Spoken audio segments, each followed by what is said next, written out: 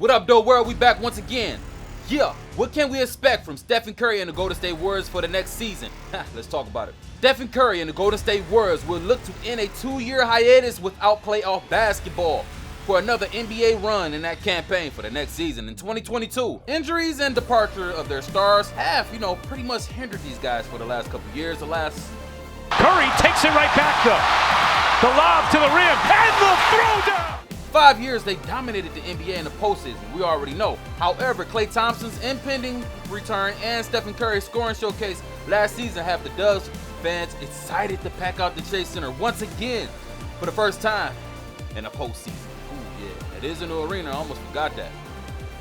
Instead, the Warriors have made shrewd moves that should make the squad much better. In this article, we examine what to expect from the roster of the Warriors and what Stephen Curry will be bringing to the table and some of the challenges and the difficulties in that beastly Western Conference. Curry for the lead. Go! Golden State Warriors will have a much deeper roster than the one they had last year, and they was dragged into a NBA play-in game in which they lost. They focused on, their future by drafting Jonathan Kuminga and Moses Moody, but also adding veterans like Andre Iguodala and our guy Nemanja Bjelica and Otto Porter Jr. So far in the offseason, yes sir, combining these moves with the return of Klay Thompson, put the Dubs in prime position to return to the postseason. Dribbles on Williams, he fell down, it's an ankle breaker, 3 for Curry! And it's easy to forget that the Golden State Warriors were just a miraculous LeBron James 3 from reaching the playoffs. Woo, y'all remember that Trey ball? Bow! He got hit in the eye and everything. So with that fully fit, a lineup with Stephen Curry, Klay Thompson, Draymond Green, James Wiseman, Andrew Wiggins, they should have enough scoring power and solidity on defense to make a run in a stacked Western Conference. Woo, it'll be tough though, but should that fail, they could easily pivot to having Iguodala or Kevin Looney in the starting 5 with Bjelica and Porter as backup shooting guards on the wing. Oh, what a highlight! Curry takes it away from Joakim Noah. Lobbed it back to David Lee. Better pass to Curry. He's fouled, laid it in. What a finish by Steph. Not only is Klay Thompson a great defender along with his core, but he's an amazing three-point shooter. Only Stephen Curry probably can shoot the ball better than him. You know what I'm saying? For the past 3 seasons, Thompson has finished second in the league, only behind, you guessed it, the Splash Brother himself, with 276 three-pointers totaling out, shooting the ball at 44%. Woo! Crossover, fires away. Wow! Another 3 Thompson from and Curry. Curry benefit from playing from each other because of defense. Defenses struggle trying to guard both of them. It's nearly impossible. When you got 2 of these Splash Brothers running around, how do you guard it, man? They're pretty much flawless from the Trey ball. Steph Curry! Trip, flip, and bucket. Oh my goodness! Curry with another 3! The Warriors have a 10-point lead. Even as he turned 33 years old, Stephen Curry shooting the ball more spectacular than he did in seasons before. Just when the Golden State Warriors fans thought they saw it all from the point guard, he continued to lift this game, averaging 35 points throughout the whole month of April, man. He went crazy. You understand what I'm saying? 96 three-pointers? Sheesh. Yeah, he definitely broke a record with that one. So it may take a similar scoring feature from Stephen Curry and the Golden State Warriors to return to the playoffs next year. Hey, he won a scoring title with 32 points. Yeah.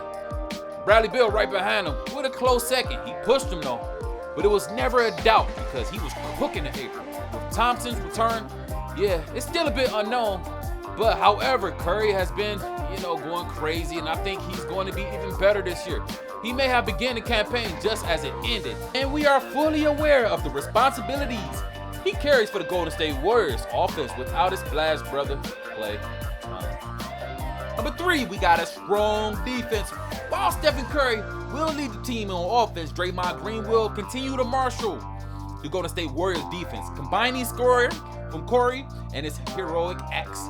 One of the main reasons why the Golden State Warriors were able to come close to making it to the playoffs last year was because of their defensive structure and the ability to force opponents into difficult shots. Yes, sir, the 2015 NBA Finals MVP, Andre Iguodala, was an integral to helping create a culture of unselfishness and sacrifice with the Dubs during his 6-year run with the team. His humility of contributing off of the bench, despite being an all-star and a gold medalist, crystallized Golden State's strength in numbers ethos. Andre Iguodala is a veteran who can help the team immediately while their young core is getting their feet wet. He fits into the Warriors' culture of unselfish offense and stingy defense, someone who will mesh well with the core of Stephen Curry, Draymond Green, and the return of our guy Klay Thompson. And as a team, the Golden State Warriors finished with the 6th most steals last season and allowed the fewest assists as well. They ranked 3rd and 8th respectively for opposition for field goal and 3-point percentages, and amongst the top 10 teams for field goals allowed. All of this amounted for the Dubs finishing with the 5th best defensive rating in the league, which will only be improved with the options and the additions of our guys Andre Iguodala and Otto Porter Jr., both of whom have averaged over a steal per game throughout their careers. Let's go. Hey, and number 4. Yes, sir, we got struggles in the paint. Despite the Golden State Warriors having a solid defense, they have struggled in the paint without a dominant center, last season. This may well continue unless their number 2 overall pick, James Wiseman, can develop soon. I mean quick. In 2012, in that campaign, the Warriors allowed the 4th most rebounds to opponents and ranked 2nd worst for most offensive rebounds allowed. While they finished at 13th in the league, which is respectable for points allowed in the paint per game, but they gave up the 4th most second chance points to their opponents as well. There's no balance there. You need to clean that up.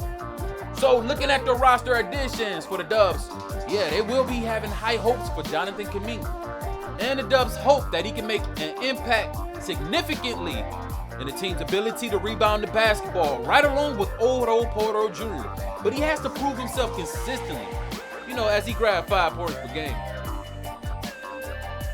It is going to be very interesting to see how the Golden State Warriors team will look once Klay Thompson is back on the fold. It's a collaboration with 3 NBA championships, a super team, and potential factors like Andrew Wiggins and James Wiseman. The Golden State Warriors can be great again. So look for the Warriors to remind everyone why they're still championship contenders. So what do you think about the Warriors' additions? You think they can win the championship next year? Or no?